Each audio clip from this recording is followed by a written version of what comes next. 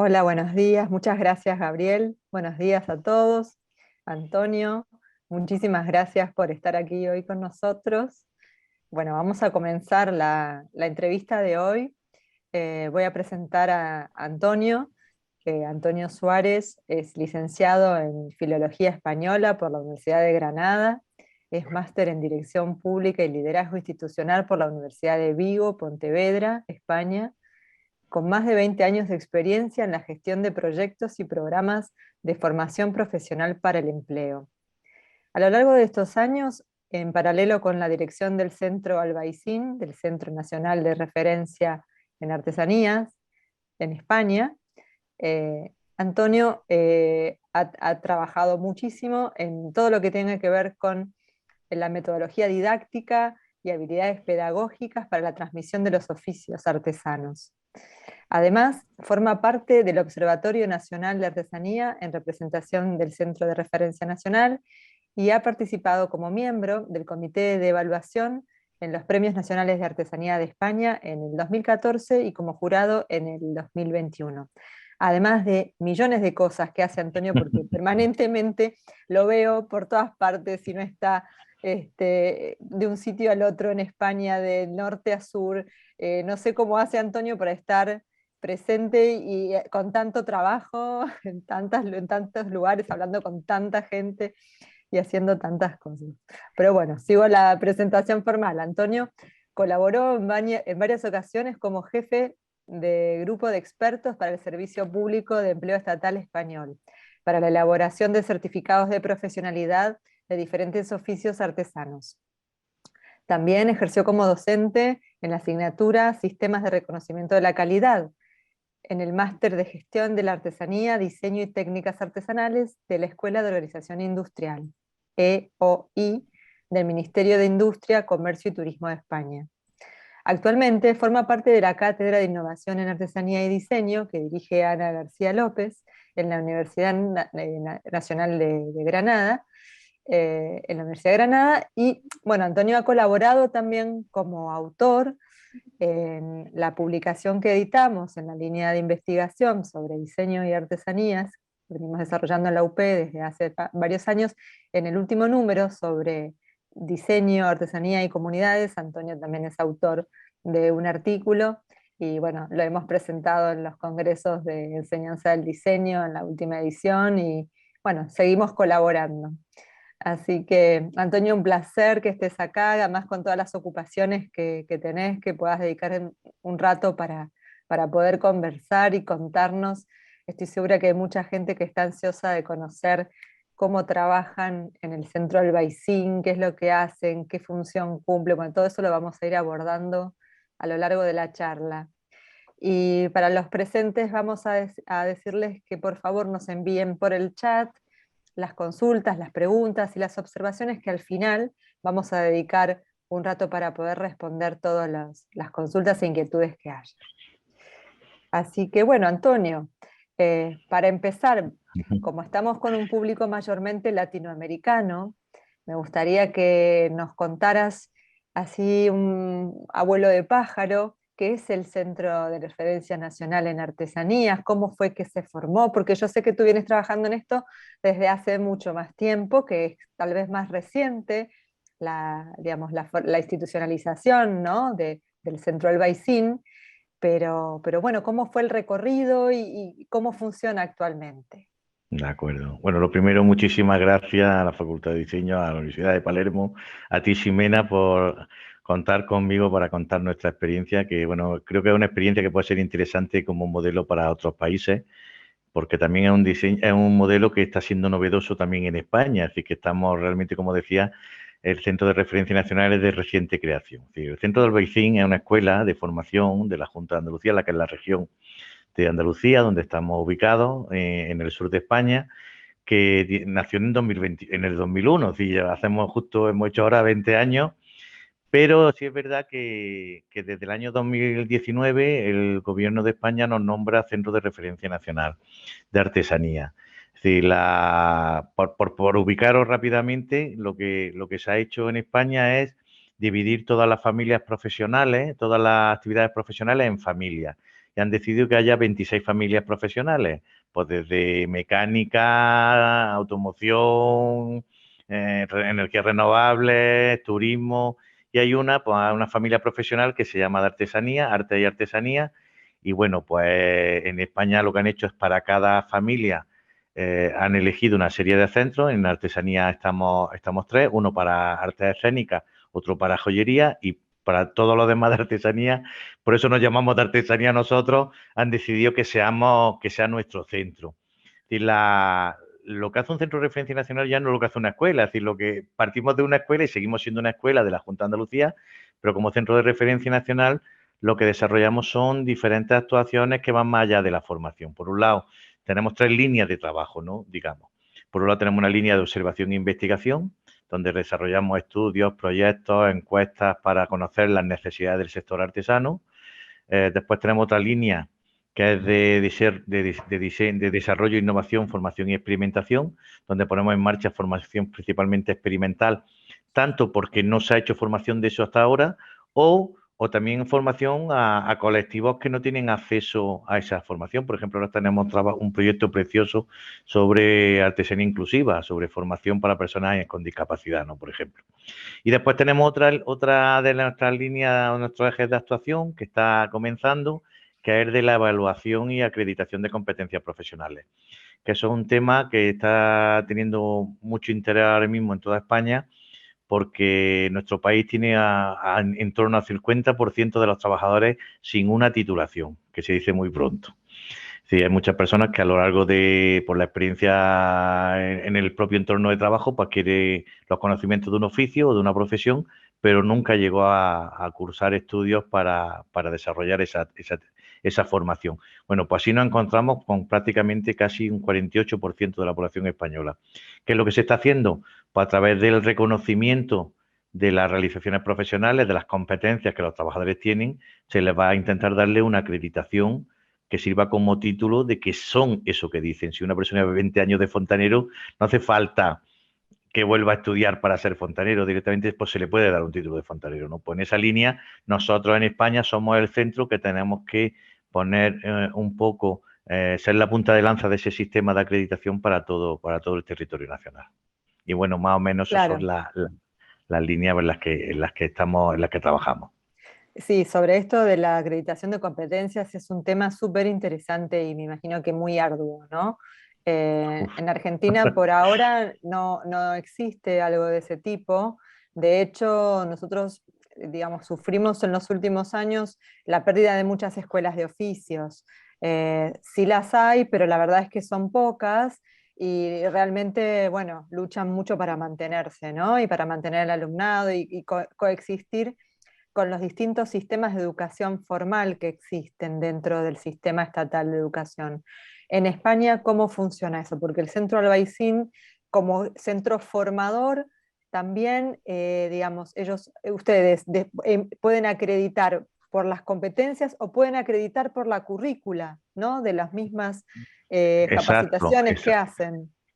Exacto. Bueno, en España es que el sistema está actualmente, para que hagáis una idea, no hace ni una semana que se aprobó una nueva ley de formación profesional en nuestro país, que da un poco afianza a un sistema que estaba denostado en es decir, en España. En España estudiar formación profesional ha estado mal visto durante muchísimos años.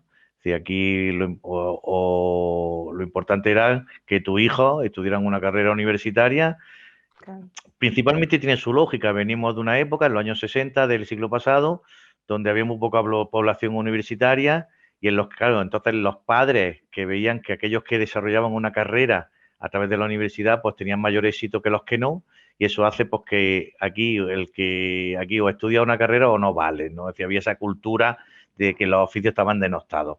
Claro, eso lleva a que la formación profesional ha sufrido durante muchos años una pérdida muy importante de participantes.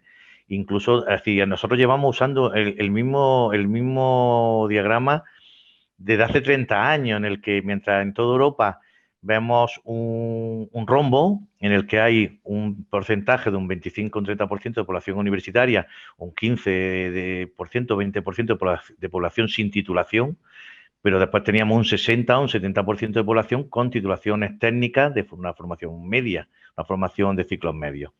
En España, en cambio, era un diablo. Teníamos muchísima población con estudios universitarios y muchísima población sin estudios. Como decía, ¿el problema dónde estaba? Primero, que las personas con titulación universitaria estaban asumiendo oficios o trabajos que serían de niveles inferiores académicos, y después tenemos mucha población que estaba ejerciendo oficios sin tener ninguna titulación que lo acreditase. Pues claro, con lo cual el sistema era un poco absurdo.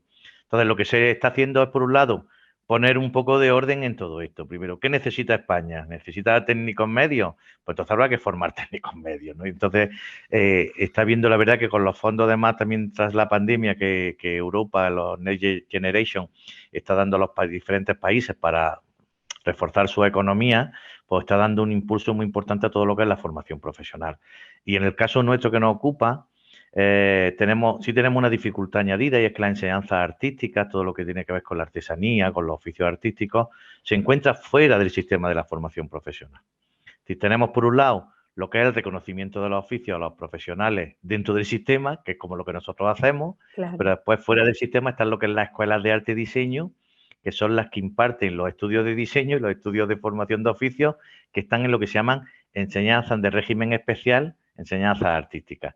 Pero se han quedado como fuera de ese sistema de acreditación. Entonces, cosas tan curiosas como que un centro de referencia nacional, por ejemplo, de electromecánica, pueda acreditar a un mecánico, y un centro de formación profesional pueda formar y acreditar a un mecánico. En cambio, a un artesano, a un alfarero, pues nosotros podemos acreditarlo si es por el reconocimiento, si es un profesional, pero a una persona que viene de las escuelas de FP, de alfarería, no podemos acreditarlo. Es un absurdo, un sinsentido que, bueno, pues se está poco a poco intentando resolver. Pero bueno, ahí vamos. Claro, claro. ¿Y cómo se llevan a cabo entonces esas acreditaciones que ustedes hacen de los oficios? Los artesanos tienen que presentar sus piezas, tienen que elaborar una pieza a la vista de los demás. Es como una especie, bueno, nosotros acá usamos la palabra fiscalización cuando se trata de ferias de artesanía importantes, ¿no? Que un jurado fiscaliza si el artesano es quien realmente elabora las piezas, cómo produce, después se visita su taller. ¿Cómo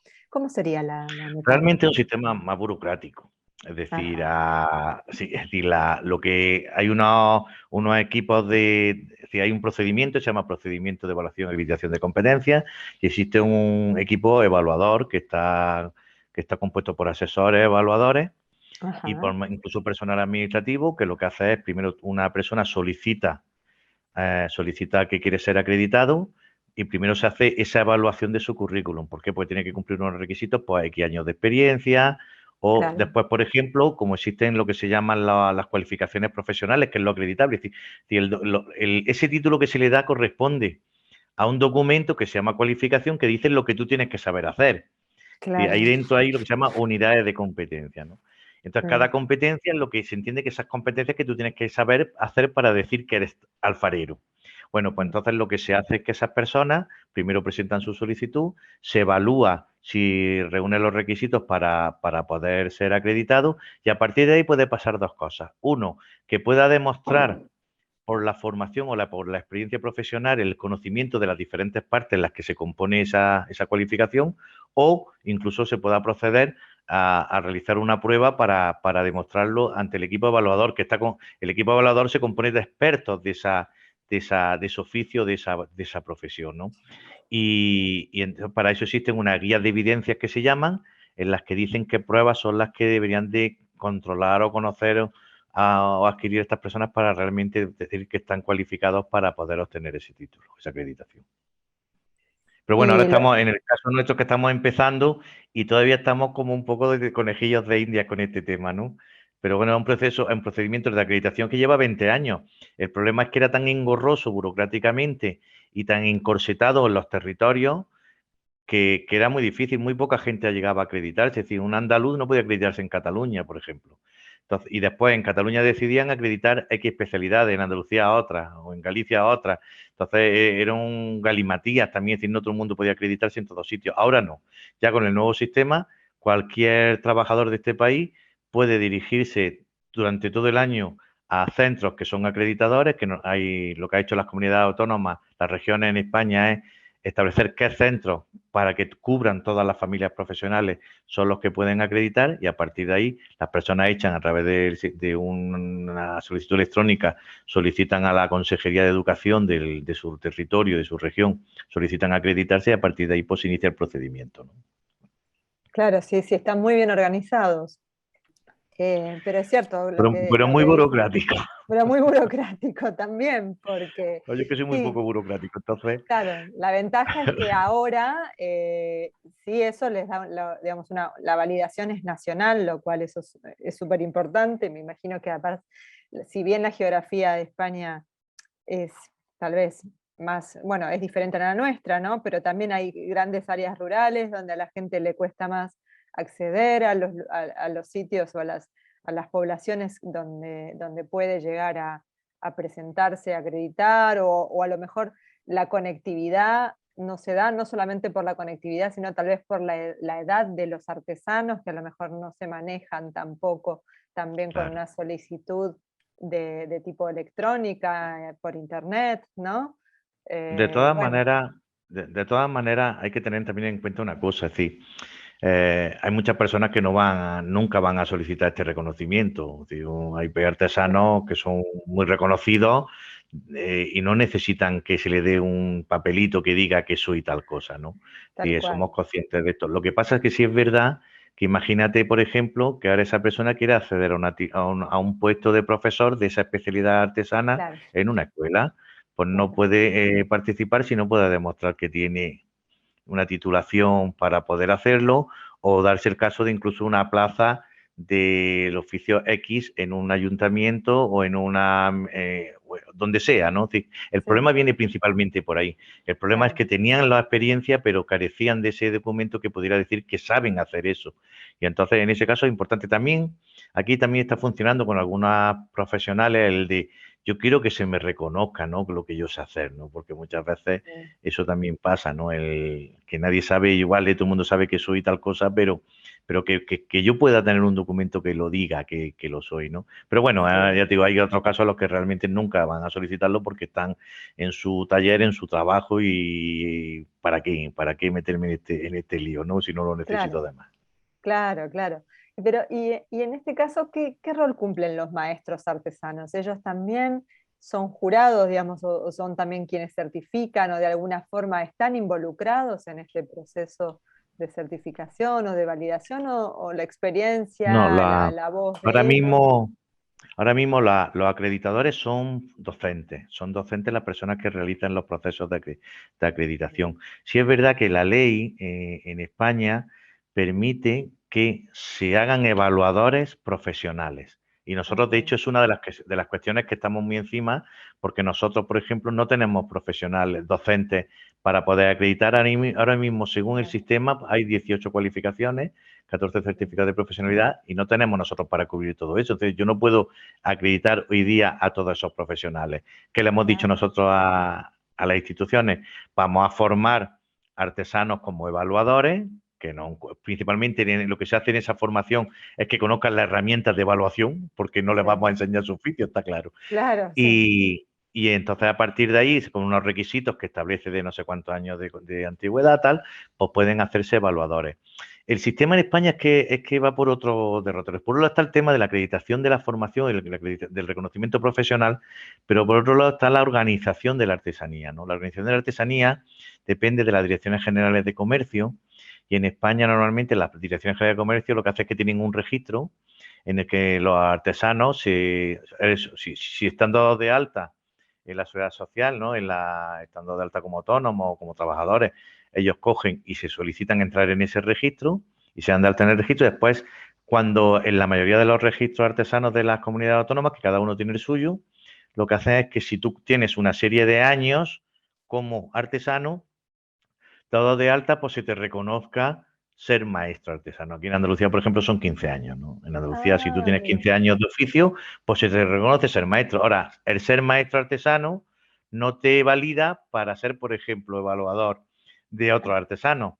claro, ¿Por qué?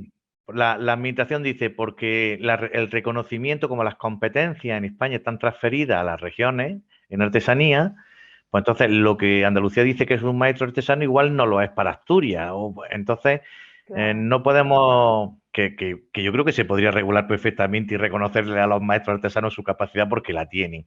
Pero hoy día son dos sistemas que van en paralelo. Por un lado va el de la acreditación, que pertenece al mundo de la educación y del empleo, y por otro lado está el tema del reconocimiento del oficio que se hace desde las direcciones generales de comercio, que son las competentes en esta materia de la organización del sector. claro. Bueno, y por otro lado también, si bien 15 años de práctica va a hacer que seas muy experimentado, tampoco te hace un maestro, entonces, Claro. ¿no? Es como que todo es Sí, relativo. pero hay aquí ejemplos, tenemos ejemplos de maestros artesanos que llevan mucho tiempo reivindicando poder Ser ser evaluador. evaluadores o incluso darse Oh, el caso de hay interesante. maestros artesanos que no pueden tener un título que existe ya oficialmente para poder, y no pueden tenerlo, ¿por qué? Porque no pueden primero ser evaluadores o no pueden ser docentes, porque para impartir eso, me voy a un ejemplo concreto, por ejemplo, los certificados de profesionalidad, que son las cualificaciones de reparación de instrumentos de cuerda, por ejemplo, por Sí, poner un ejemplo, o los de piano, de regulación de piano, que son algunos de los que se han metido en artesanía, pues son un nivel 3 y para ser docente de niveles 3 necesita ser universitario. Es un poco claro, contradictorio porque estas personas, una persona que va a estudiar, o incluso te pongo más, incluso el alumnado, para ser alumno de esos cursos, tienes que tener bachillerato. Normalmente en España las personas que estudian bachillerato es porque van a estudiar en la universidad, no para irse claro, después a hacer un curso de un oficio. Entonces claro. es un poco contradictorio en el sistema. Pero esas personas que tienen un reconocimiento de muchos años de experiencia, que además tienen también su reconocimiento en el sector, con premios o lo que sea, pero después no pueden, por esa falta de titulación, por ejemplo, ser docentes de esos mismos oficios en los que tienen Sí, ese reconocimiento. Entonces, bueno, pues los propios sistemas tienen ese tipo claro. de raja o de apertura que hacen que sea difícil que casen, ¿no? Sí, sí, sí. Ya lo creo, sí, sí, sí. Mucha burocracia, sí, mucha organización, muchas leyes, pero también mucha burocracia. Sí. Bueno, por otro lado, es complejo, ¿no? Ustedes son administración, son una estructura pública y tienen que responder también a lo que, al organigrama, digamos, y a lo que se promulga de acuerdo a las leyes y demás, ¿no? Claro. Es- Pero sí es importante, Ximena, yo siempre lo digo, porque la gente cuando me pregunta, ¿pero qué hacéis? ¿Quiénes sois? Yo siempre digo que la creación de este tipo de centros como el nuestro, lo que permite es que haya centros que hagan algo que no hacía nadie. Si en España, por ejemplo, nosotros, pues, vuestra revista, siempre para nosotros ha sido vuestro cuaderno, para nosotros siempre, por ejemplo, ha sido un referente. ¿Sí? ¿Por qué? Porque ahí hay mucha producción científica, de investigación detrás, que se hace mucho en Latinoamérica, se hace mucha investigación en temas relacionados con artesanía, pero una de las cosas que, por ejemplo, cuando creamos la cátedra nos planteamos, ¿no? En España, qué poca investigación se hace relacionada con la artesanía, ¿no? Entonces, que haya ahora estructuras como la nuestra que permiten que desde la administración se fomente este tipo de cuestiones como la investigación, pues es importante, ¿no? Porque al final están contribuyendo a una mejora del sector productivo, en nuestro caso el de la artesanía, ¿no? Claro, claro. Y bueno, y me das el pie para preguntarte también lo de la cátedra, ¿no? ¿Cómo es que surge? Porque es la primera, tengo entendido, en España a nivel, no sé si a nivel europeo también, ¿no? Bueno, Sobre, existe otra, hay otra que pero es específica de joyería, pero sí, así genérica sobre artesanía, diseño y artesanía, es la única que actualmente existe. ¿Por qué nace esta cátedra? Esta cátedra nace por una circunstancia, y es que veníamos mucho tiempo trabajando antes de ser centro de referencia nacional, veníamos trabajando nosotros como escuela con la Facultad de Bellas Artes, con la profesora Ana García, que antes la has comentado, y desarrollábamos diferentes proyectos o colaborábamos en diferentes proyectos en los que pues incluso tenemos uno que es el famoso ADA, este que tú conoces, donde sí, artesanía, diseño y arte. Pero bueno, venimos colaborando en muchos proyectos y entonces sabíamos que cuando llegara al Centro de Referencia Nacional, uno de nuestros objetivos era investigar. Y entonces, bueno, dices tú, bueno, si nuestro objetivo es investigar, pues habrá que ver quién investiga o quién sabe investigar, porque nosotros, como te he dicho, somos una administración, venimos de una escuela, que sí que nos dedicamos a hacer cursos, pero es verdad que aunque tenemos personas con un perfil técnico bastante bueno dentro de nuestro centro, pero al final los investigadores son los que investigan. Así que nosotros, a mí me encanta cuando, desde además, siempre digo que la culpable es Ana, ¿no? Cuando me piden que escriba un artículo, o escriba para una revista o para un libro, y me encanta investigar, pero es verdad que si queremos que haya producción científica relacionada con la artesanía, es importante vincularnos a un ámbito de investigación. Y teníamos uno muy potente en nuestro propio territorio, pero la Universidad de Granada, con la suerte además de venir trabajando conjuntamente en proyectos desde hace muchísimos años, con lo cual ya antes del ser CRN, como ya sabíamos, porque nosotros, fíjate, a nosotros nos califican como centro de referencia nacional en 2010 primero para 2 áreas y en 2011 para las otras 2, para las 4 de las 6, ¿no?, que tenemos. Con lo cual, desde el 2011 sabíamos que íbamos a ser centro de referencia nacional, pero no se firma el convenio entre las 3 administraciones que hay, que son el Servicio Andaluz de Empleo, el Servicio Público de Empleo Estatal, que es el Ministerio de Trabajo, y el Ministerio de Educación. No se firma ese convenio, que hace que empecemos a funcionar, que podamos tener nuestros planes plurianuales y después nuestros planes de trabajo anuales, donde nosotros desarrollamos una serie de actuaciones para, de todo ámbito, ¿no?, de todo tipo. Bueno, pues una de las cosas que hacemos es sentarnos y decir, oye, ¿por qué no regularizamos esta relación que tenemos a través de un instrumento que existe, que se llama cátedra institucional o de empresa, por la que la universidad se pone al servicio del sector, de un sector productivo, de una empresa concreta, para desarrollar investigaciones concretas en ese ámbito, ¿no? Y en eso pues tuvimos la suerte de ir rodado. ¿Por qué? Porque la verdad que había una oportunidad. También es verdad que hay que contar en paralelo que la Universidad de Granada es una universidad muy abierta, muy participativa, y en paralelo a que veníamos trabajando en proyectos y en la que teníamos principalmente Ana y yo, hemos debatido mucho, oye, ¿cómo lo hacemos? ¿Cómo lo organizamos? ¿Cómo no sé cuánto con el tema de la cátedra? Sí es verdad que en paralelo surge un proyecto que se llama Facultad Cero en la Universidad de Granada, que es un proyecto que vinculan a la sociedad a la universidad y a todos juntos los vinculan a través de diferentes laboratorios y les preguntan, ¿qué hacen? Vamos a repensar, vamos a redefinir la Universidad de Granada, vamos a hacerla una universidad mucho más cercana y participativa a la sociedad. Y a partir de ahí, pues creamos un laboratorio que lo llamamos UGR Art Lab, en el que lo hacemos conjuntamente el equipo de Ana en Bellas Artes y nosotros desde el centro, y a partir de ahí la propuesta que sale de ese laboratorio es que tenemos que crear una cátedra. Así que ya desde entonces íbamos dando los pasos para que el día que se firmó el convenio, pues una de las primeras actuaciones que ponemos encima de la mesa es que queremos crear una cátedra, y de hecho pues la creamos. Así que pese a todas las dificultades burocráticas que tienen este tipo de estructura entre dos administraciones, porque al final nosotros somos una administración que dependemos de 3 administraciones, pues lo hace más complejo todavía, ¿no? Porque yo tengo que rendir cuenta al Ministerio de Educación, al SEPE y a la Junta de Andalucía. Entonces, imagínate cuando tú tienes que decir, ¿y quién Los firma informes. esto? Cosas como esa, ¿no? O Sí. quién que tiene sus dificultades, pero sí es verdad que una vez que sale, que echa a andar, pues, y empezamos a generar proyectos, pues evidentemente también existe ese reconocimiento de que es una muy buena práctica la que hemos puesto en marcha aquí en Granada, entre la Universidad de Granada y nuestra escuela, para poder tener esa cátedra que va a dar mucho de sí en el futuro, va a seguir dando mucho de sí en el futuro. Sí. Bueno, hay que decir además que realmente es un privilegio, ¿no?, poder contar con una institución tan centenaria como la Universidad de Granada, que ya ha cumplido 200 años y que mira para adelante en la innovación, ¿no?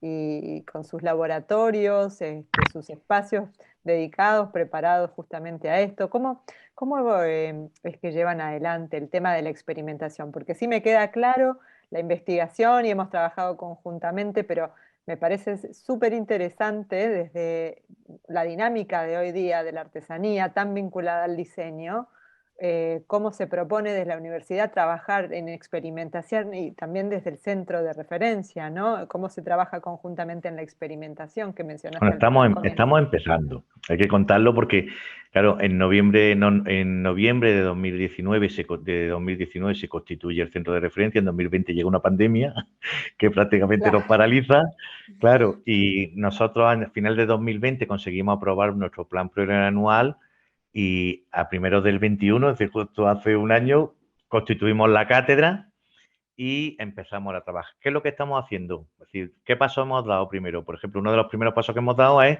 crear un premio para facilitar la investigación. Es decir, nosotros ahora mismo pues, estamos premiando los TFM, pero no premiamos un TFM.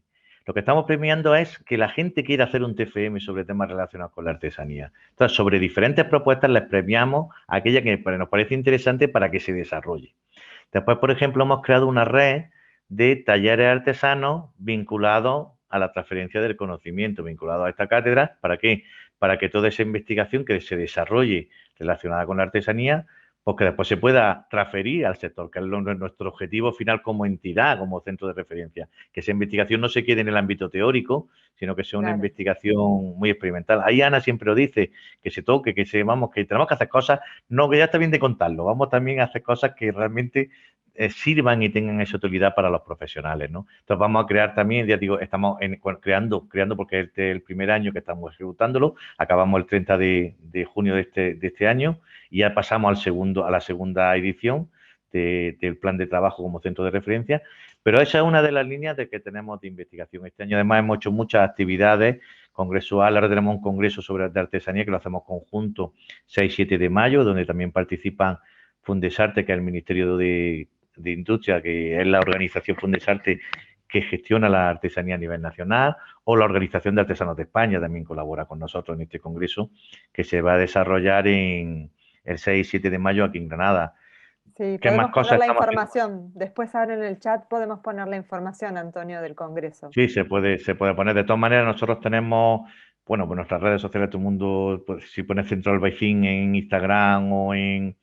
Lo digo Central Baicín porque es más fácil porque es la que tenemos de toda la vida y lo estamos incorporando, ¿no? Sí, En Instagram o en Twitter o en Facebook o incluso tengo una página que es crnandalucía.com/artesanía porque ahí estamos todos los centros de referencia de Andalucía, estamos en esa página, ¿no? Y ahí volcamos toda la información, pero bueno, estamos ahora mismo, si os metís por nuestras redes, tú misma verás que nos siguen muchas de ellas, verás que sí. estamos poniendo ya desde hoy toda la información del Congreso, ¿no? Fíjate, antes, al principio de las charlas, hablaba de la colaboración, de lo importante que es la colaboración en este foro en el que estamos de webinar relacionado con el diseño y la artesanía. Fíjate, el, el Congreso no va, si no queremos que sea de ámbito teórico y volver a contar otro rollo a todos los profesionales de lo buenos y maravillosos que somos y todo el trabajo que tienen ellos que desarrollar. No, mira, esto no funciona Sí. así. Es decir, nosotros ya hemos hablado demasiado, es verdad, que tenemos más tiempo para estudiar, tenemos más tiempo para leer, para conocer las necesidades, para ver lo que se está cociendo en cualquier territorio, pero al final los artesanos son los artesanos, no somos nosotros. Entonces, ¿qué es lo que hemos hecho?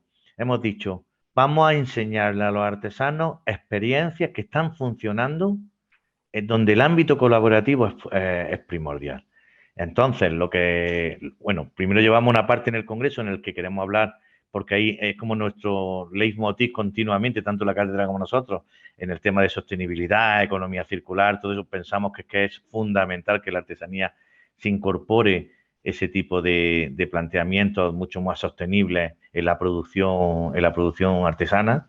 Pero no solo eso, lo que vamos a hacer es que nos vamos a traer artesanos que sabemos que están con modelos de negocio trabajando con otros sectores productivos, ¿vale? Es que sabemos que son experiencias de éxito y nos las vamos a traer para que se conozcan y enseñe a otros artesanos de esos mismos sectores productivos cómo pueden trabajar en otros ámbitos. Por ejemplo, por poner casos concretos, viene una artesana de Aragón que está trabajando mucho para el cine, o viene una artesana de Canarias que está extrayendo tintes a partir del vino, no de los excedentes del vino. O nos viene una persona de Castilla y León, como Miguel Ángel, que está haciendo imaginería. Sabéis que en España por la Semana Santa, que además acabamos de tenerla, la imaginería es muy importante. Pues está haciendo imágenes, imaginería a través de impresión 3D. Y es una persona mayor, es un artesano mayor. Entonces, pues también pues, creemos que es importante que se visualice como que esto no es una cuestión de edad, es la tecnología, ¿no? Sino que cualquiera se Sí. puede incorporar, ¿no? Entonces, Bueno, son ejemplos. con lo de la imaginería has tocado un tema sensible, ¿no? Que es hasta dónde consideramos que es artesanía, hasta dónde se puede intervenir con la tecnología sin que se pierda la esencia de lo artesanal, porque claro, uno dice imaginería y se imagina al tallista, y ahora que me Claro, dices, es un tallista, de hecho. Pero claro, hay elementos de la talla que a lo mejor serían imposibles si no se hace por una impresión 3D. Vamos, nosotros, y cuando digo nosotros, porque eh, yo estoy muy contento. Esta mañana lo hablaba con Laura de Fundesarte, de la organización esta del Ministerio, porque tenemos la suerte de que las personas que nos dedicamos a esto trabajamos muy unidos, es decir, que no existen muchas tensiones a nivel nacional, ¿no? Evidentemente todos tendremos nuestras tensiones particulares, pero después a nivel nacional vamos todos como en una misma línea. ¿En qué línea vamos? En la línea en la que creemos realmente que ya hay que ir dejando a un lado lo del hecho a mano, que eso está muy bien, cuando no existían otro tipo de posibilidades. Es decir, que es algo tan sencillo como que ya nadie usa, o bueno, a nadie, muy poca gente usa, por ejemplo, tornos manuales, que sigue habiéndolos, sí, pero la mayoría de los alfareros utilizan tornos eléctricos, utilizan hornos de gas, hornos de electricidad, utilizan hornos de leña. ¿Sí? ¿Qué quiero decir con esto? Que evidentemente, o los artesanos de la piedra usan Dremel, si no está, muchos de ellos usan Dremel para hacer su escultura. Y que ya por eso es menos artesanal, pues evidentemente no. Lo que nosotros consideramos es que realmente lo que hace un producto artesano es la singularidad que tiene ese producto con respecto a un producto manufacturado. ¿Qué diferencia este producto con respecto a uno manufacturado? Eso es lo que lo hace artesano. Porque a mí me da igual si una parte del proceso está hecho con una máquina. Te pongo un ejemplo muy granadino. Aquí es una de nuestras artesanías propias, la taracea. La taracea es la sí, marquetería esta que se incrusta dentro de la madera. Bueno, pues increíble. a mí me decía un artesano hace poco, claro, que su trabajo es la taracea que se incrusta en las cajas de madera, que es lo que más vende, cajitas de madera con taracea. Y me decía, a mí las cajas son cajas de madera, sin ningún misterio. Digo, si es que yo ya lo que hago es que se las compro a los carpinteros, porque me las hacen.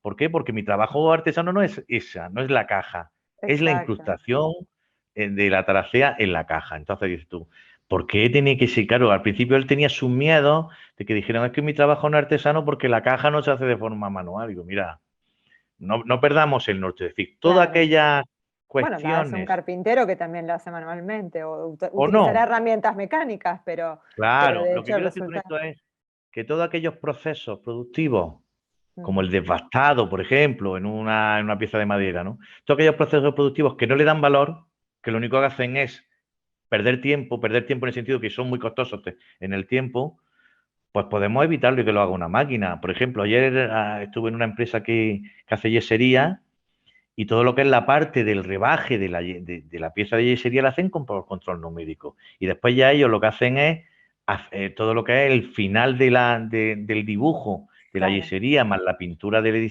esa yesería, pues la hacen de forma manual y de forma artesanal.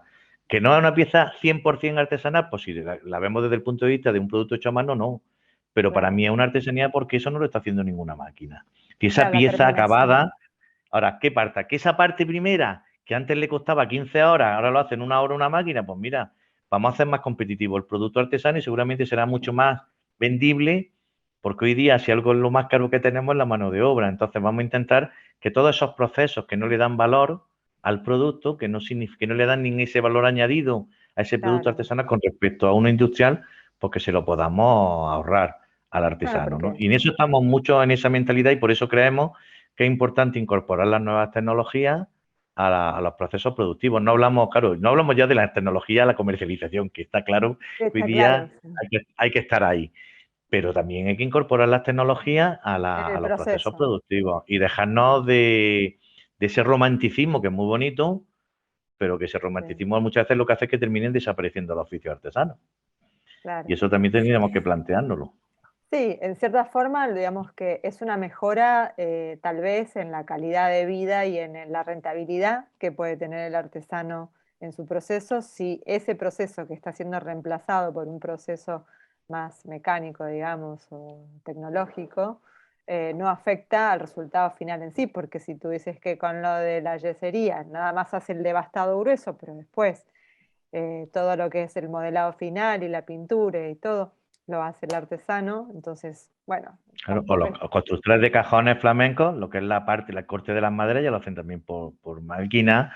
O, mira, pero me vi un ejemplo de hace 500 años, cuando Miguel Ángel hace el David, tiene allí no sé cuántas personas dándole forma de cuerpo a Sí, sí, una piedra. es Y después verdad, llega él y le dio ya su última hora y creó esa maravilla.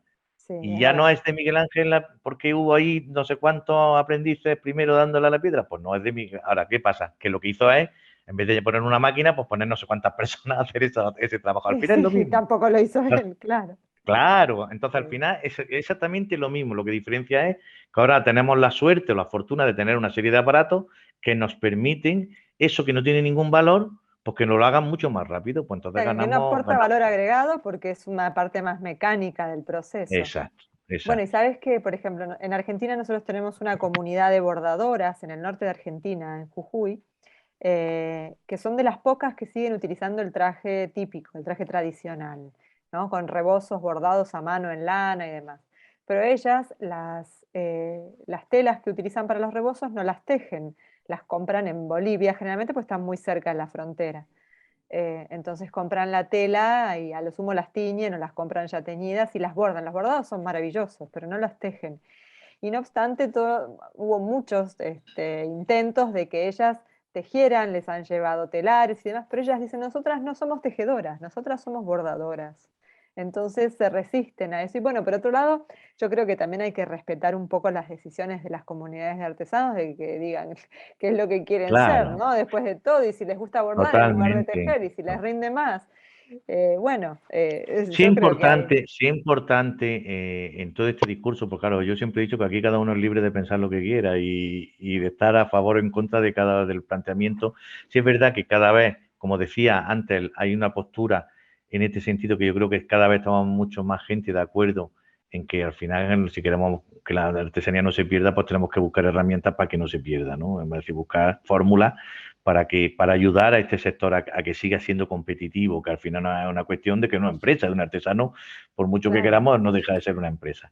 Pero sí es verdad que independientemente de eso, pues cada uno pues, puede entender la artesanía como lo considere y si considera que para esa persona sigue siendo como toda la vida, pues ya está, me parece muy bien. Así que no hay que negarse a nada. Lo que sí es verdad que por lo menos no te niegues a conocer otras posibilidades que están permitiendo. Fíjate, hay una cosa que a mí ahora que estamos con el Homo Faber en Venecia, Ah, qué bueno, eso es que esa extraordinario. exposición que se hace en Venecia por la Michelangelo, la Fundación Michelangelo, a mí me gusta mucho un libro que sacó Alberto Cavalli en el que hablaba del honor de los 10 elementos de la excelencia. Así que vamos, muchas veces nos fijamos en estas cosas de si es a mano o no es a mano, pero vamos, la calidad del producto cuál es. Es decir, que vamos también, Claro, vamos por partes. Es decir, que totalmente. vamos a un producto de calidad. O, por ejemplo, ahora con el tema del diseño. Es decir, hoy día es muy necesario la incorporación del diseño a la artesanía, pero entre otras cosas, porque yo no voy a comprar el mismo producto que compraba mi abuelo. Yo tengo, o por una cuestión cultural, educativa, de moda, de la época en la que vivo, pero yo tengo otros intereses totalmente De diferentes, estilo de estéticos, vida también, de claro. estilo de vida, estéticos a los que tenían mis antecesores. ¿Eso qué quiero decir con eso? Porque evidentemente una persona que hace un producto artesano y lleva 200 años haciendo ese producto artesano, pues es normal que cuando va a verlo te diga, es que cada vez se vende menos, pues es que cada vez hay menos gente interesada en ese producto.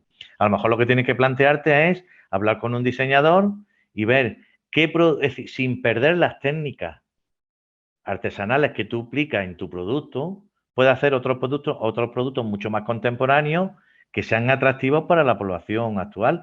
Hay un estudio del Craft Council de Inglaterra que decía que la mayoría de la población compradora de artesanía hoy día en Inglaterra, en el Reino Unido, es menor de 35 años, que siempre es verdad que si decimos, claro, las personas mayores Qué tienen mayor notable, poder sí. adquisitivo, pues no, porque a lo mejor yo no puedo tener 10 piezas en mi casa porque son caras, porque tienen un valor, porque también hay que reconocer ese valor, como antes hablábamos, al tiempo que requiere elaborar una pieza o a los materiales que tiene una pieza que evidentemente pues no se pueden abaratar muchas veces los costes. Bueno, pues esa pieza que es cara, yo no podré tener 10 o 15 piezas artesanas en mi casa. A lo mejor solo puedo tener una, pero es mi pieza artesana, que es esa pieza que es diferente a ese mueble de IKEA que no me duele si mañana se me rompe.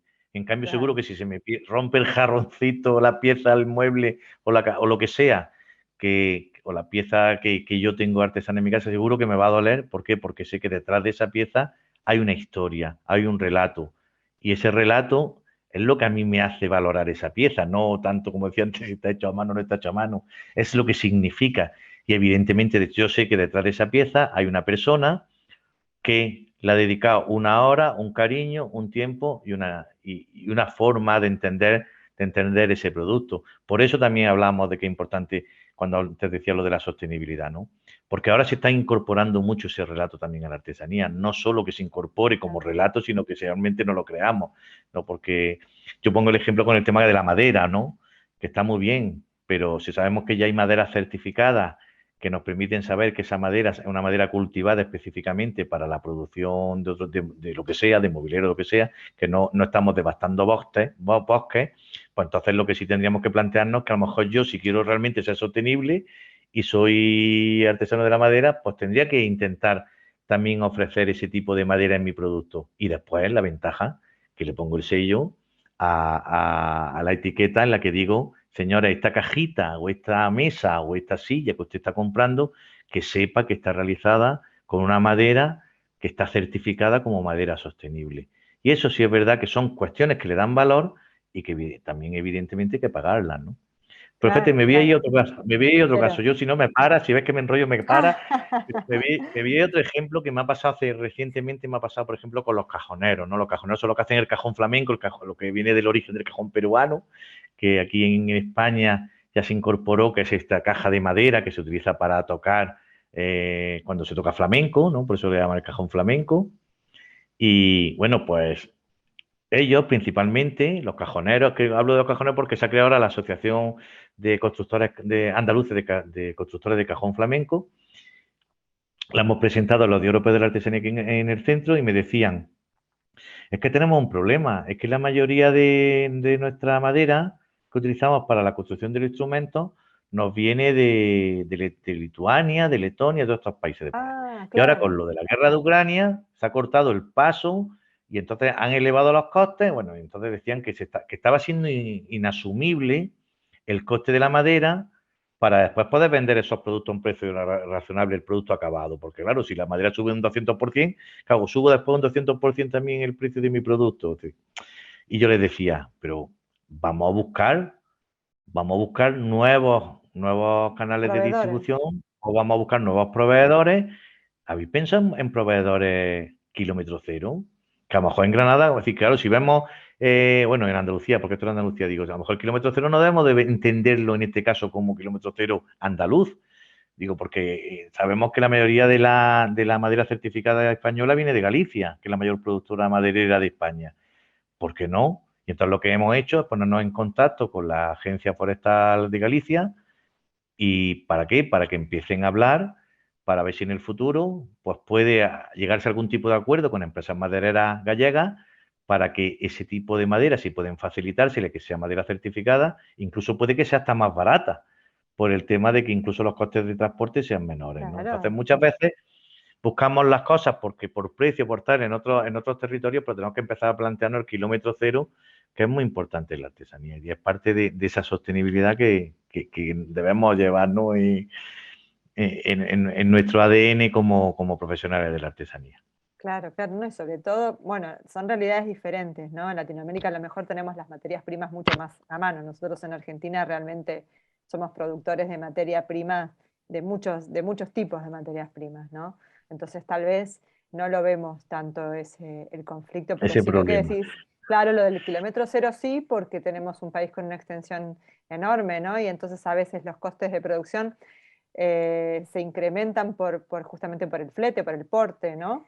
Y bueno, y buscar qué es lo que hay en el lugar o cómo poder colaborar con asociaciones de productores o con los que tengamos cerca. En definitiva, en este mundo, con la crisis de suministros que hay, vamos a tener que aprender a arreglarnos con nuestros vecinos de alguna manera, ¿no? Claro, claro. Entonces, bueno, Antonio, Es para ir importante, terminando, es muy importante. Sí, porque no me quiero dejar un espacio para las preguntas, pero me quedaba por preguntarte algo sobre lo que habías contado al comienzo de las necesidades del sector artesano, que ustedes habían hecho este estudio, que yo leí, pero que me gustaría que me cuentes, aunque sea de manera sintética, dentro de estas necesidades que ustedes detectaron, ¿cuáles son para ustedes las más importantes?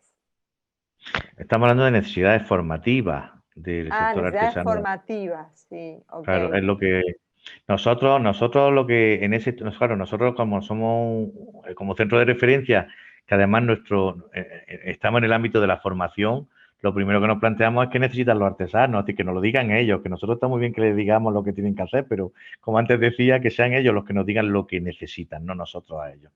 Y entonces lo Sí. que hemos hecho es una encuesta en la que nos hemos preguntado a los artesanos de este país, hicimos unos 8.000 encuestas más o menos coincidía casualmente con lo que nosotros intuíamos, porque evidentemente son muchos años trabajando en esto, pero hay mucha demanda en formación en diseño. Creemos que no solo los artesanos, es bueno que tengan ciertos conocimientos básicos sobre diseño, pero nosotros somos más partidarios que trabajen conjuntamente de forma colaborativa con diseñadores. ¿Por qué? Sí. Porque son los especialistas en estas cuestiones. Pero después también pues, hemos visto que hay demanda en formación empresarial, hay demanda en Ajá. formación técnica relacionada con el tema de la digitalización de la comercialización. Ahí hay mucho desconocimiento y también hay mucha demanda en eso. Pero también nos ha llamado la atención que hay formación en técnicas constructivas, en técnicas artesanas tradicionales que se están perdiendo y que nos están pidiendo también pues, que se recuperen. Porque es verdad que, como todo en la vida, la población artesana cambia, ¿no? Y igual que antes decíamos que los productos que antes tenían un público, ahora ese público es diferente y por tanto hay que hacer otros productos, pues lo mismo pasa con los propios profesionales. Y los profesionales actualmente son profesionales formados, son profesionales que salen de las escuelas de arte o de las facultades de bellas artes, principalmente. Incluso hay de centros de escuelas de diseño que terminan siendo artesanos, ¿no? Por Sí. la vinculación que tienen, incluso detrás. Pero sí es verdad que ya se me ha ido, así que al final es bueno que tengan, que no sean ellos mismos los que lo hagan todo como pasaba hasta ahora, ¿no? Que por eso que Claro, trabajen de forma colaborativa colaborativa. con los diseñadores. Y bueno, ahí se han detectado pues, muchas necesidades formativas. Sí es verdad que donde sí hemos detectado también, tú conoces un libro que publicamos entre la Universidad Sí. de Granada y nosotros, el libro de Repensar la Artesanía, en el que ahí sí damos una serie de claves, porque ahí invitamos a 24 especialistas de diferentes materias que nos dijeran cómo veían ellos en su materia, el sector artesano, ¿no? Y ahí estamos hablando desde temas de digitalización a temas de inteligencia artificial, temas de comercialización, y ahí se veían algunas de las cuestiones que sabemos que es un problema todavía en el sector artesano, como es hay una falta de asociacionismo muy potente, Sí, en los territorios donde funciona bien el asociacionismo, funciona bien la artesanía. es verdad. Eh, Tiene que haber una mayor apuesta desde la administración pública hacia este sector.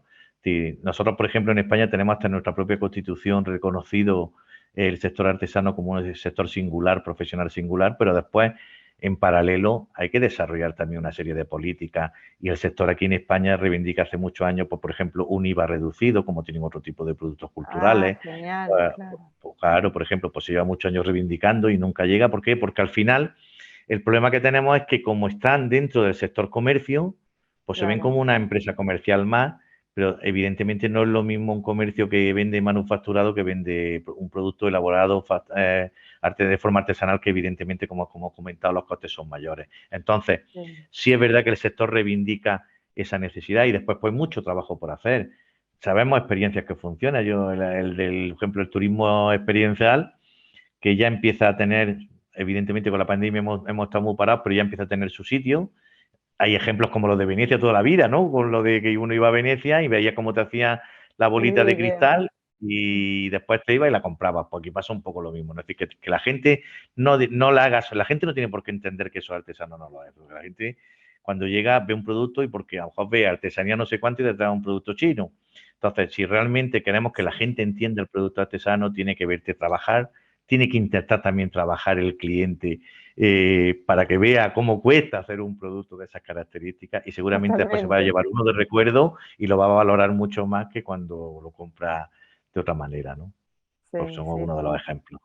Sí, totalmente. Pero sí, es cierto que es fundamental, tanto en las áreas, digamos, de la práctica de la artesanía como en la investigación, poder trabajar transversalmente, ¿no? Y colaborativamente con otras áreas, con otras Mira, disciplinas. eso es una de las cuestiones que nos planteamos con la cátedra, y es que fuera una cátedra multidisciplinar, ¿no? Si de hecho, Ana y yo nos recorrimos diferentes facultades que decía, bueno, hemos ido a sociología, hemos ido incluso a arquitectos técnicos. Sí, evidentemente Ana viene del ámbito de las bellas artes y allí pues habla con bellas artes, pero por ejemplo también están trabajando en la Facultad de Ciencias Empresariales y Económicas. ¿Por qué? Porque al Sí, final la artesanía es transversal, es decir, tú dime una facultad universitaria y rápidamente encontramos cómo buscar algún estudio, alguna investigación que se pueda hacer relacionada con el mundo artesano, porque al final o son materiales, o son profesionales, que son empresas, o tienen relación con todos los sectores productivos. Fíjate, nosotros tenemos un ejemplo, que nos pasa mucho como Centro de Referencia Nacional de Artesanía. Por ejemplo, es que ha salido la formación en no sé cuánto textil, pero es que existe el Centro de Referencia Nacional Textil. Claro, pero existe el Centro de Referencia Nacional de Construcción y nosotros tenemos construcción tradicional, todo lo que son las técnicas del adobe, los claro, esgrafiados y todo esto, ¿vale? Vale, pues existe un centro de referencia de edificación, pero es que existe un centro de referencia nacional de la madera, porque existe un centro de referencia, entonces dices tú, vale, pues si existe un centro de referencia de todos los sectores, lo que a nosotros nos diferencia es que nosotros tocamos todos los sectores, pero de forma claro, artesanal. artesanal, claro. Claro. Entonces, esa es nuestra multidisciplinaridad, con lo cual tú dime de qué quieres, de qué facultad De quieres hablar, todo. que rápidamente te decimos, mira, seguro que puedes investigar sobre esto. Y por eso la ventaja de la universidad, y está gustando, es decir, cuando nos dirigimos a profesores o a investigadores dentro de la universidad, la, ellos mismos les gusta el mundo del artesano y le ven oportunidad al mundo del artesano desde su punto, desde su ámbito de investigación, ¿no? Desde donde ellos realizan esa labor. Y a nosotros, pues, evidentemente, está siendo muy gratificante también en paralelo. Sí, sí, genial. Bueno, Antonio, yo creo que esto da para hablar muchísimo más, pero ha tenido un contenido enorme esta charla. Vamos a revisar estos últimos minutos si hay comentarios en el chat. A ver, creo que había algunos que fueron surgiendo a medida íbamos hablando. A ver, no me quiero pasar ninguno, pero veo acá uno de Carolina Abrile, dice, de todas maneras creo importante que no se pierda el conocimiento de los procesos y las herramientas manuales, aunque luego se incorpore algo de tecnología. Sí, creo que estamos de acuerdo, ¿no? Sí, totalmente. Sí, bueno, claro, Eh, una cosa es el mantenimiento de los oficios y otra cosa es que sean rentables esos oficios. claro, claro, Normalmente es paralelo, es decir, por ejemplo, cuando antes poníamos el ejemplo de esta persona que hace imágenes, incorpora algunos elementos en sus tallas realizadas con 3D, ese hombre es un tallista que lleva 40 años haciendo talla manual, pero sí es verdad que ha entendido que hay cosas que cada vez le cuestan más trabajo, entonces si puede hacerlas y no le dan valor ninguno a esa pieza porque es de la parte de dentro de la imagen, pues bueno. claro. Y después tenemos uno de, claro, la parte de dentro de la imagen, o a lo mejor es como un pequeño detalle, no sé, que representa O el diseño. un encaje del traje del santo, no sé, que sería como muy complejo, tal vez. Bueno, Bueno, hay no una sé. artesanía ahora que incluso hay piezas que son imposibles de hacerlas de forma manual.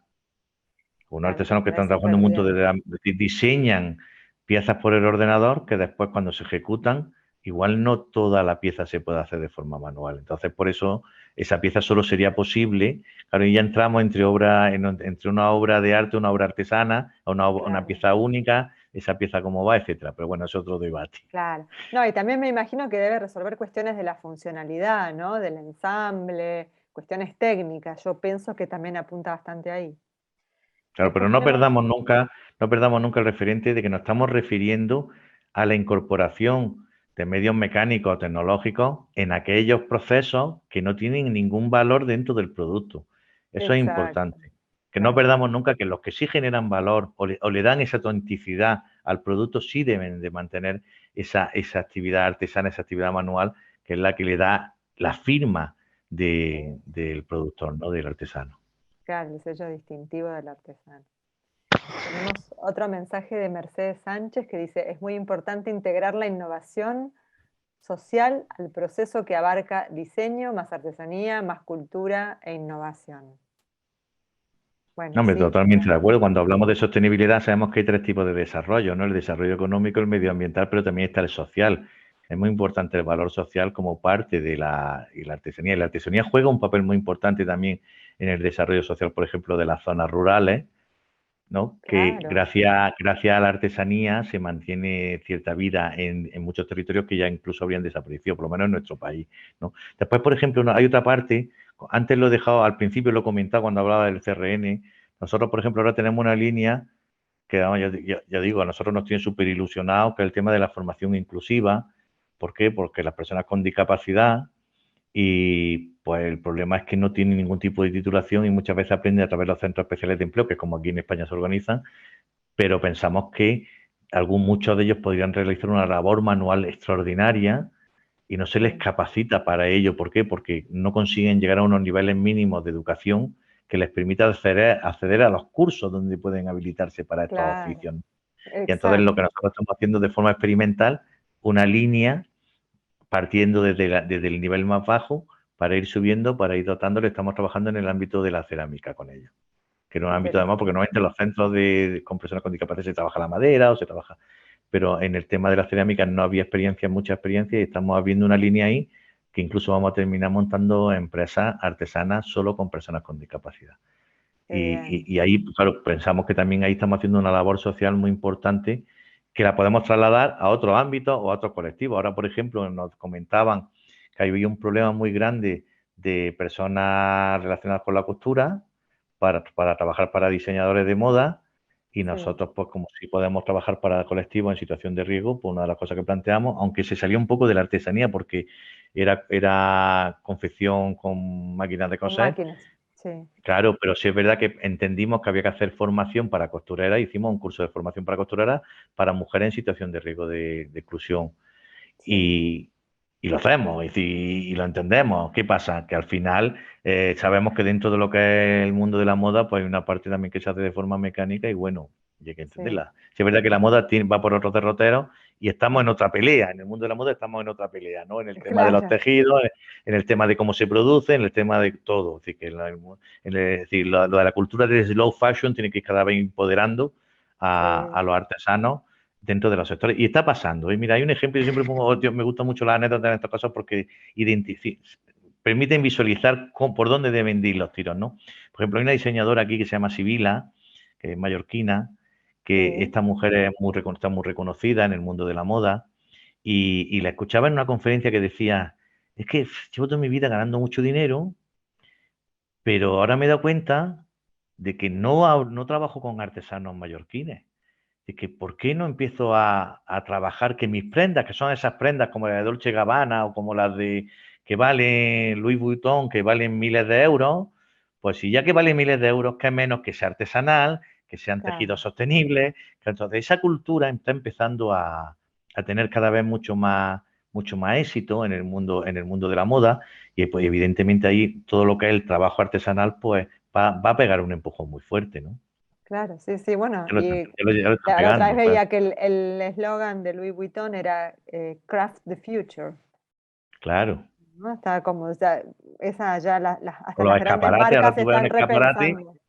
y están llenos de productos artesanos, es decir, Sí, Pero sí, fíjate, como, pero yo te estoy hablando de una conferencia que daba esta mujer hace 2 o 3 años, cuando todavía sí, nadie sabía incorporar este tipo de cosas a lo mejor, pero sí, decía, es que tiene toda la razón, puñeta, con todo el dinero que estás cobrando por un vestido, que es menos que ese vestido tal no cual. esté hecho Sí, es decir, con sí, una... Exacto. Y creo que en eso es importante que la moda se está dando cuenta, pero se están dando cuenta hasta las grandes cadenas de ropa, que están sí, empezando a incorporar por lo menos líneas que se salen de esa filosofía y es sí, importante. sí.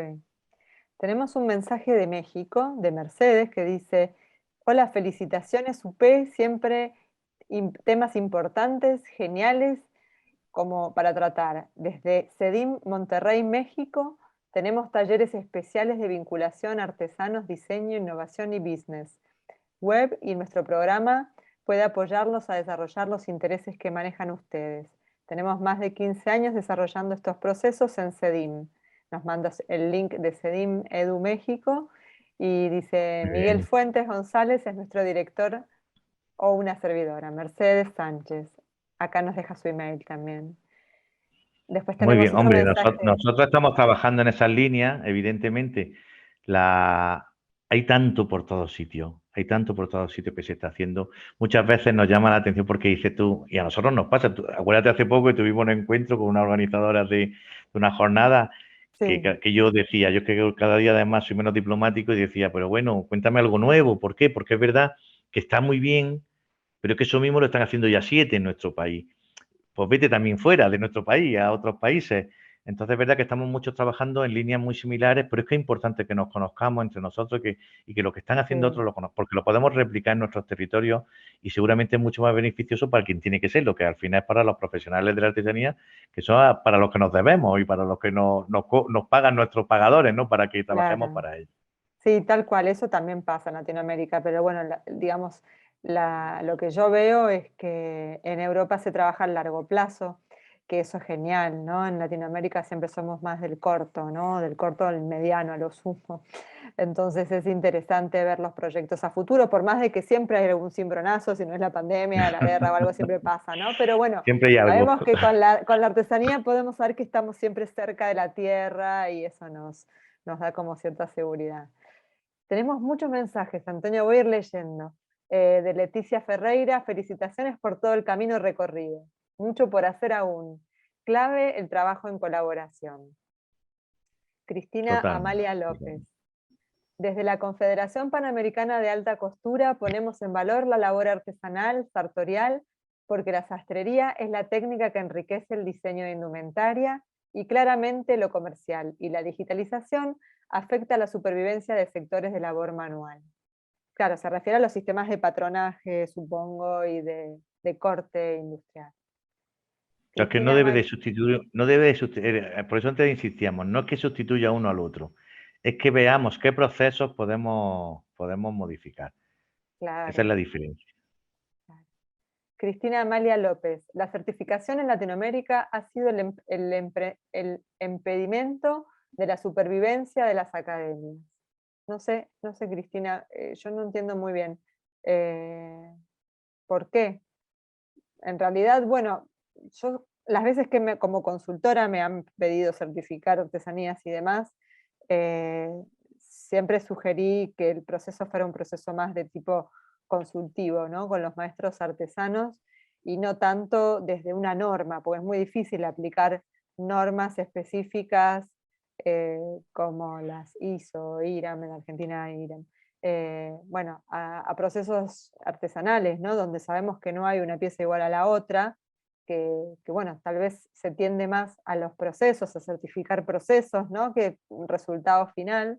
Pero bueno, no sé bien a qué se refiere Cristina, no sé si después nos quiere aclarar en un chat. A lo mejor se refiere a certificaciones profesionales, porque, por ejemplo, aquí también, o a centros de formación, eso cuando hablo de la academia, no de centros de formación, que Sí, los requisitos para poder impartir una serie de certificaciones son tan elevados que le impide o que esas academias que no realizan ese tipo de certificación oficiales, pues no pueden, no tienen las mismas facilidades para poder impartir o claro. formar artesanos, ¿no? No lo sé. Acá estoy viendo, acaba de mandar Cristina, amplío este tema desde las academias de modistas y sastres. Se formaban con profesionales que les explicaban el proceso de aprendizaje y el artesano no tiene certificado universitario para tomar artesano. Claro, era desde el punto de vista de la formación.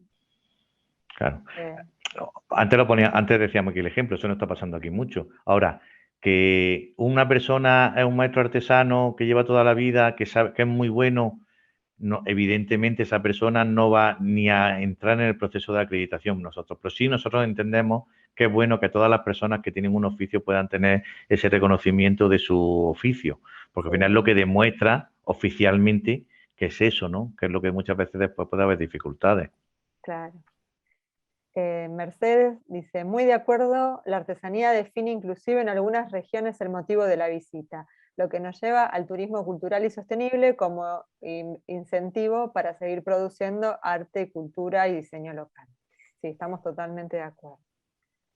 Mensaje de Sonia Lecuona, de mi hija, Sonia. Buenas tardes a todos desde España. Antonio, ¿cómo ves el relevo generacional en 10 años teniendo en cuenta la lentitud administrativa y las trabas burocráticas? Concretamente, a poder tener ya ese elenco de formadores que puedan enseñar de forma oficial y así estimular el acercamiento de los jóvenes a los distintos oficios. Claro, aquí es que se junta el hambre con las ganas de comer. La pregunta de Sonia, que la voy a matar cuando la vea. No, aparte de broma. Es que hay un problema. El problema que tenemos en España, antes he comentado que las enseñanzas artísticas están por un sistema paralelo al sistema de la acreditación. Ahora mismo existen 18 acreditables y hay 200 oficios artesanos diferentes. Es decir, ¿cuál es el problema? Pues que hay muchos oficios que hoy día ni se están formando ni se están acreditando. Y uno, por ejemplo, el que hace Sonia, que no existe una formación oficial de fibras vegetales, no existe y debería de existir. Claro, ¿cuál es el problema? Que si no existe esa formación, y hoy día la mayoría de los artesanos vienen de centros de formación o de escuelas, como hemos dicho, escuelas de arte o de centros o de facultades de bellas artes, y nadie forma en esos oficios, por final esos oficios terminarán desapareciendo. Y tiene Claro. toda la razón.